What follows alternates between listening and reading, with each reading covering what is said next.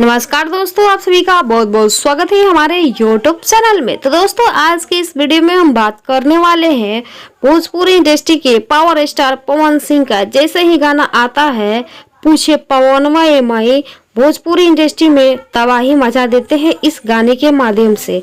इस गाना का जो है भी इतना तेजी से बढ़ रहा है कि इसका कोई जो है जवाब नहीं है। तो चलिए हम जानते हैं पावर स्टार पवन सिंह का जो है नवरात्रि का जो है दूसरा गाना कब आने वाला है।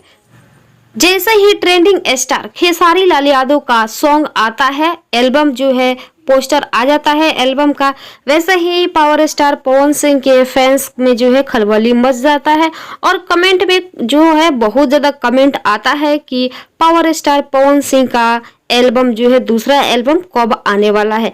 तो हम बता दें कि पावर स्टार पवन सिंह का दूसरा नवरात्रि का जो है सॉन्ग आने वाला है, बहुत जल्द आने वाला है।